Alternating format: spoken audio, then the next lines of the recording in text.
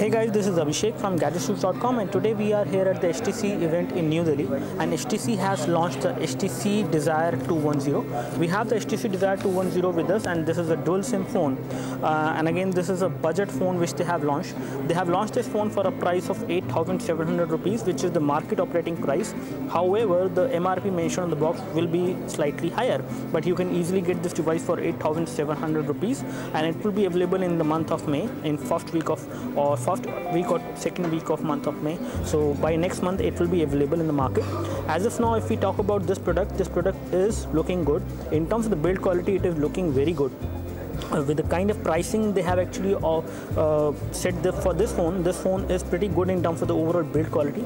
That is something I can say. However, the back is again plastic, and you do have SIM card support on this device. You have 2 SIM cards supported, so it is a dual SIM phone. And again, when we talk about the other specification, the weight of the phone is around 130 gram, which is pretty good with the battery. And again, when we talk about the thickness is 10.5 millimeter. Taking a look over the complete phone, it looks like a pretty good phone with decent display size. The display size is 4-inch, and it is a WVGA display, and it does not look like an IPS LCD display. It seems to be in a TFT display, but I'm not too sure. We will confirm that once we do the full review of this phone. So as of now, the one thing I can say about the display is that the viewing angles are not too great. You can easily see the color fading happening at extreme angles, but still it is pretty good, I would say. In terms of the build quality, this is a pretty good phone at this price point, and the display size is 4-inch. It is a WVGA display, not a very high resolution display, but again the font size and the pixels are actually very nicely, you can say, calibrated, or you can say distributed on the display, so that everything does look pretty good. It does not feel pixelated, at least as far as the phone UI is concerned. Everything looks good in terms of the overall UI. They have set the font size to be little low. If they have actually set the font size to be high, then we might have noticed some pixelation. Talking about the hardware chipset which we have on this device, it is running on MediaTek 6572M processor, so which is a 1 GHz dual core processor which we have on this device.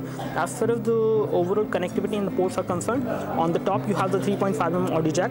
Over here at the back side we have the camera, and the camera on this device is a 5 megapixel camera which can record FWVGA kind of a video. It cannot record high definition video, I guess, but we will confirm that right now for you. The front camera is a 0.3 megapixel camera. It is a VGA camera. When it comes to the other specification, multimedia support, it can record video and audio both, and the playback supported for this device is going to be MP3 wave and other format. However, we are not sure whether it will support the high definition video playback or not.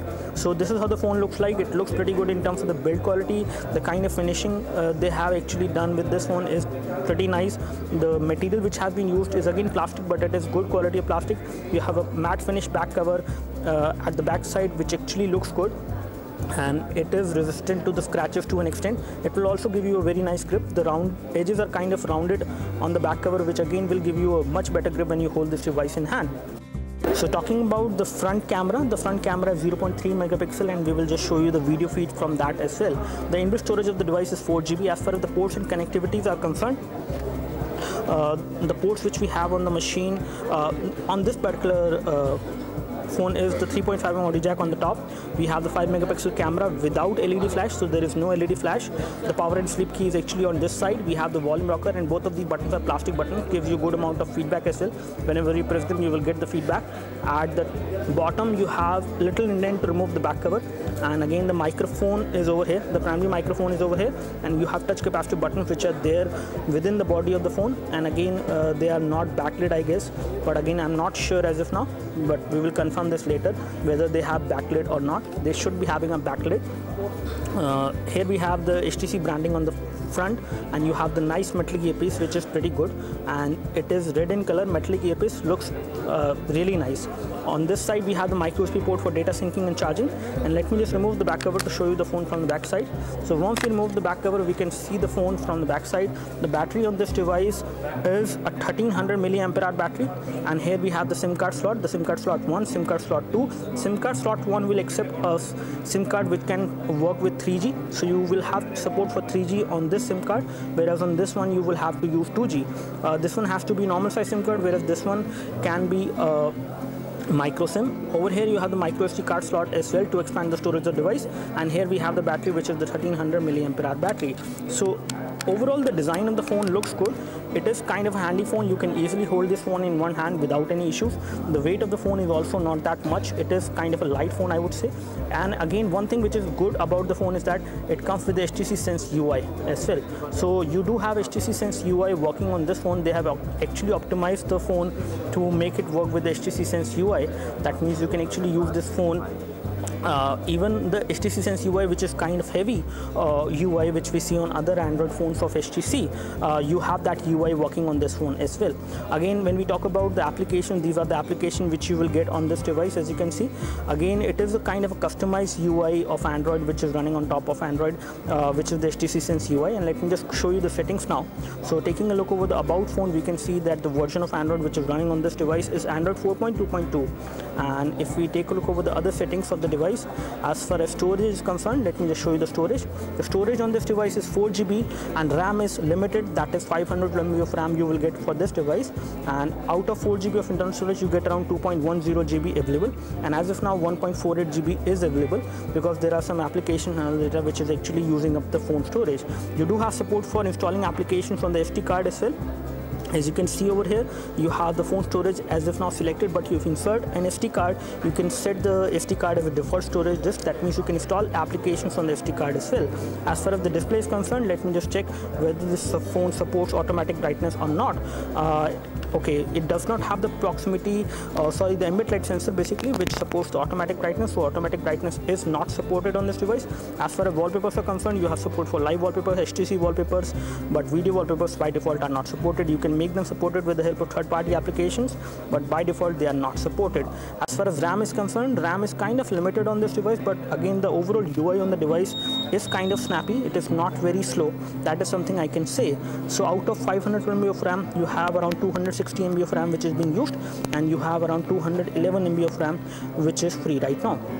So again, the UI of the phone is responsive. Even with this much limited RAM, they have actually optimized the UI to work faster, and at least responsive it is. That is something I can say. You do have battery percentage options over here, just like any other Android phone. You do have weather widgets as well for this device. That means you can sync up the weather widgets as per your location wherever you are. So in terms of the overall design and the build quality, I would say this is one of the good build quality phone which I have seen in this price segment of 8,000 rupees or 8,700 rupees, I should say precisely, which has the GPS connectivity as well. You do have support for location access. That means you can use this device for GPS navigation as well. And again, we will show you the sensors as well once we do the full review of this device, what all sensors are there. But it seems to be having the assisted GPS option. In order to use GPS navigation on this device, you just need to check these options, and then you can use this device for GPS navigation. As far as other options are concerned, let me just show you the tethering options as well. So it does have option for creating a portable Wi-Fi hotspot as well. As you can see, you can create a portable Wi-Fi hotspot and share the 3G internet which you have on this device, and again that can be done with the SIM card slot 1 because the SIM card slot 1 will accept a 3G SIM card and will support 3G connectivity. The SIM card slot 2 will not support 3G connectivity. SIM management is concerned, the SIM management is there for the dual SIM card. Again, we do not have any SIM card inserted into this device, so we cannot show you that one. As far as phone dialer is concerned, let me just show you the phone dialer. This is how the phone dialer looks like, and again the phone dialer is kind of stock Android. It is also customized to an extent, not completely, but it does not have the option of making a video call. You can add a contact, but you cannot make a video call directly from the phone dialer. As far as messaging application is concerned, the messaging application is stock Android, and you do not have continuous input supported. However, the keyboard which we see is not stock Android, but the messaging application in terms of the overall interface is stock Android. You can actually type on this keyboard. You will also get some suggestions as well, as you can see, but again continuous input is not supported. The keyboard keys are pretty big, but they are kind of very adjacent to each other, so you might face some problem while typing on this device initially, but after some time you will get used to it. As far as the overall typing is concerned, it can be also done in the landscape mode as well, I guess, but it is not working as of now. Maybe the rotation is turned off. As far as the notification center is concerned, the notification center is kind of stock Android. There is nothing new. So most of the overall UI of the phone is kind of stock Android. There are little amount of customization which has been done on this device to make it look different.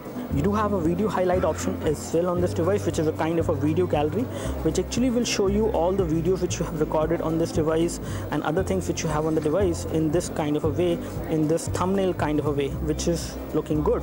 As far as applications concerned, you have some applications like video player, WeChat will come pre-installed, you have YouTube application. In terms of the overall application which you get on this device, there are very less applications which are coming. You do have file manager as well, which will come pre-installed. Again, it is the MediaTek chipset, so you can expect all these. So let me just take a photo from this device to show you the overall performance of the device in terms of the camera. Let me just take a photo as of now of my iPhone 5. The device has a basic camera of 5 megapixel at the back, and if we take a photo right now, you do not have tap to focus, and again this is not an autofocus camera. This is a fixed focus camera which we have on the back side, which is kind of disappointing. They could have actually given the camera which should be autofocus at least. Let me just take a photo anyway to show you the overall quality you can get from the camera. So the camera is something which does not impress me, especially on this phone, and that is something I can say right now. So again, this is how the photo looks like. The photo looks good, but again the kind of details I was expecting is not that great. With the 5 megapixel it could have been better. That is something I can say. As far as the camera interface is concerned, it is the MediaTek interface which we have seen earlier as well. You do have support for HDR mode, you have panorama mode supported, smile shot is also there. I can show you the view from the front camera as well. So this is how the view will look like from the front camera, and sorry for the reflection because of the environment. I'm facing a lot of reflection on the screen, and again the screen is also kind of reflective. That means in sunlight it will be difficult for you to actually read what is there on the screen of this device, because it does not seem to be a TFT display. It does not seem to be an IPS display, IPS LCD display, but it seems to be a TFT display. The kind of view you will get from the front camera is again not too great. You can do a video chat, but not of great quality from the front camera, as it is 0.3 megapixel. Let me just show you the settings for the video and photo. So the photo, you do have support for bus shot as well, and maximum picture size which can be taken from the rear camera is 1.5 megapixel. I don't know why is this. Maybe this is because of the pre-production model, because this device is not the final model which will come in the market. It is a pre-production model, that is why the resolution is limited, but you can take 5 megapixel photos from this device. That is something I can confirm. As far as video is concerned, you have electronic image stabilization, microphone can be muted, and video quality is set to high. And again, I'm not sure at what quality it will record the video. It should be able to record high definition video as well at 720p at least with the 5 megapixel camera, but let's see, we will confirm that later once we get this device for review, and then we will do the full review of this device. As of now, I would like to say this device is pretty good, but again there are some disappointing things as well, like the RAM. The RAM is limited on this device. It is only 500 MB of RAM which you will get for this device, and again you do have micro SD card slot supported, so storage is not an issue. Out of 4 GB you get around 2 GB available to the user, and then you can expand the storage later on with the help of a micro SD memory card. But in all, I would like to say this is a pretty good device, available for a right price. This comes in competition with the Nokia X. In terms of build quality, it actually is very equal to the Nokia X. In terms of the overall hardware specifications, it is also very close to Nokia X.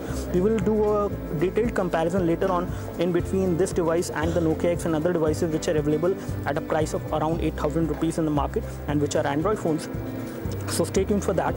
Till now, this is all we have, and again you do have FM radio as well on this device. The kind of UI which you will see on this device is kind of stock Android, but you will also have a glimpse of the Sense UI as well at times. You do have other applications like Playbook, some other Google applications are there. You do have support for YouTube application also comes installed. So all these applications are there. The overall phone looks good in terms of the overall form factor. In terms of the build quality, it looks good, but as far as the camera performance is concerned, the camera performance may not be that great. Again, I was expecting better quality from the 5 megapixel camera, but it is not that great. That is something I can tell you. As far as the front camera is concerned, the front camera is also okay, kind of average, not too great for video chat.